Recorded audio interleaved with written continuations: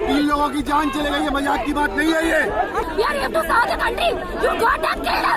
देश के राजधानी में 1.5 आवर की बारिश में ये सब कुछ हो गया। नहीं आया। What is the situation at the rest of the country? तीन लोगों की जान चले गई, मजाक की बात नहीं है। It's all just a blame game. It's all just BJP versus Aam Aadmi versus Congress. There is no justice here. ये चीख पुकार उन छात्रों की है जो IAS, IPS बनने का सपना लेकर देश के कोने कोने से राजधानी दिल्ली में आते हैं ताकि देश का सबसे टफ एग्जाम यूपीएससी को पास कर अधिकारी बन सके। इन सपनों को साकार करने के लिए ना जाने कितनी दिन रात एक कर देते हैं, लाखों रुपये खर्च करते हैं, लेकिन उन्हें इसके बदले क्या मिलता है? एक दिन की बारिश और फिर 3 छात्रों की मौत, और फिर शुरू होता है सुविधा देने वाली सरकार का ब्लेम गेम।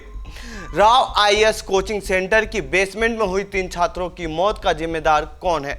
ये जानने के लिए छात्र जो IAS, IPS का सपना लिए आए थे दिल्ली, अब वो सड़कों पर हैं और सरकार है कि वो ब्लेम गेम खेल रही है। लेकिन इसमें गलती किसकी है? कोचिंग सेंटर की, प्रशासन की, या दिल्ली नगर निगम यानी MCD की? तो आइए जानते हैं इन्हीं सभी सवालों के जवाब इस रिपोर्ट में। दरअसल राव IAS कोचिंग सेंटर के बेसमेंट का परमिशन स्टोरेज के तौर पर इस्तेमाल किए जाने के लिए था, लेकिन इसे लाइब्रेरी के रूप में इस्तेमाल किया जा रहा था, यानी उसमें लाइब्रेरी अवैध रूप से चलाया जा रहा था। इसकी शिकायत MCD में करीब 1 महीने पहले यानी 26 जून को civil service aspirant Kishore Singh Kushwaha ने शिकायत दर्ज कराया था। इस पर कार्रवाई के लिए बार बार रिमाइंडर भी भेजी गई, पर MCD की लापरवाही तो देखिए, हादसे वाले दिन तक ये शिकायत अंडर प्रोसेस बताया जा रहा था।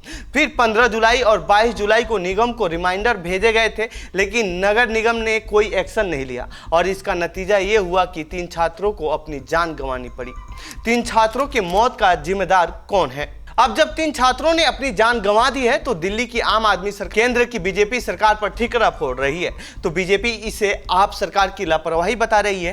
कायदे से तो इस पर MCD को कार्रवाई करनी चाहिए थी, क्योंकि दिल्ली में रख रखाव की जिम्मेदारी तो MCD के पास ही है और MCD की कमान आम आदमी पार्टी के पास है। ऐसे तो इस घटना की जिम्मेदारी भी आप सरकार और MCD की बनती है, लेकिन आपके दिल्ली सरकार में मंत्री सौरभ भारद्वाज ने इस घटना के बाद एक वीडियो ट्वीट किया है, जिसमें वो PWD के सचिव से बहस करते दिख रहे हैं और कह रहे हैं कि हमारे आदेशों का पालन अधिकारियों द्वारा नहीं किया जा रहा है, और ना ही MCD कमिश्नर MCD के मेयर की सुनते हैं।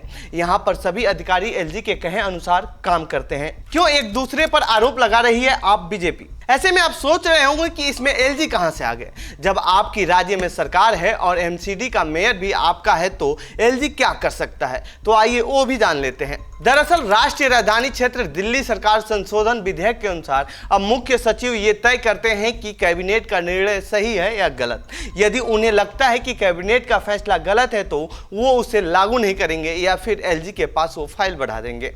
उस पर अंतिम फैसला LG का मान्य होगा। सतर्कता सचिव अध्यादेश के आने के बाद चुनी हुई सरकार के प्रति जवाबदेही नहीं है, वे LG के प्रति बनाए गए प्राधिकरण के तहत ही जवाबदेह हैं। तो वहीं दिल्ली में जो भी अधिकारी कार्यरत है उन पर दिल्ली की चुनी हुई सरकार का कंट्रोल नहीं है, बल्कि सभी शक्तियां LG के जरिए केंद्र के पास चली गई हैं। ऐसे में न दिल्ली सरकार का सचिव सुन रहा है और न MCD का कमिश्नर। ऐसा आम आदमी पार्टी का आरोप है। यदि कोई अधिकारी सुनेगा ही नहीं तो काम कैसे होगा? ऐसे में सियासतदानों के लिए ब्लेम गेम खेलने का ये अच्छा मौका है, लेकिन कोई जिम्मेदारी लेने को तैयार नहीं है, ना ही आम आदमी पार्टी और ना ही बीजेपी। फिलहाल इस मामले में तेजी से कार्रवाई देखने को मिली है। राव कोचिंग पर बुलडोजर चलने की खबरें हैं, मामला दर्ज कर लिया गया है। तो वहीं लाइब्रेरी चलाने वाले को भी गिरफ्तार किया गया है। ऐसे कोचिंग संस्थानों की भरमार है। इन छात्रों के लिए समस्या केवल कोचिंग तक ही सीमित नहीं है। वहां प्रदर्शन कर रहे छात्रों का आरोप है कि खासकर करोल बाग और ओल्ड राजेंद्र नगर किराए पर घर देने वालों का भी यही हाल है। बेसमेंट में लाइब्रेरी चलाते हैं, जर्जर मकानों को किराए पर देते हैं। ऐसे कई कोचिंग संस्थान हैं जो बिना परमिशन के बेसमेंट में क्लासेस तक चला रहे हैं, लेकिन उन्हें कोई रोकने टोकने वाला भी नहीं है। प्रशासन अपनी आंखें मूंदे वहां तमाशा देखती रहती है। फिलहाल इस रिपोर्ट में इतना ही। आपको कैसी लगी ये रिपोर्ट कमेंट बॉक्स में बताएं। साथ ही इस पूरे मामले पर क्या कहना चाहते हैं कमेंट बॉक्स में लिखें। बाकी देश दुनिया की खबरों के लिए बने रहिए जनसत्ता के साथ। धन्यवाद।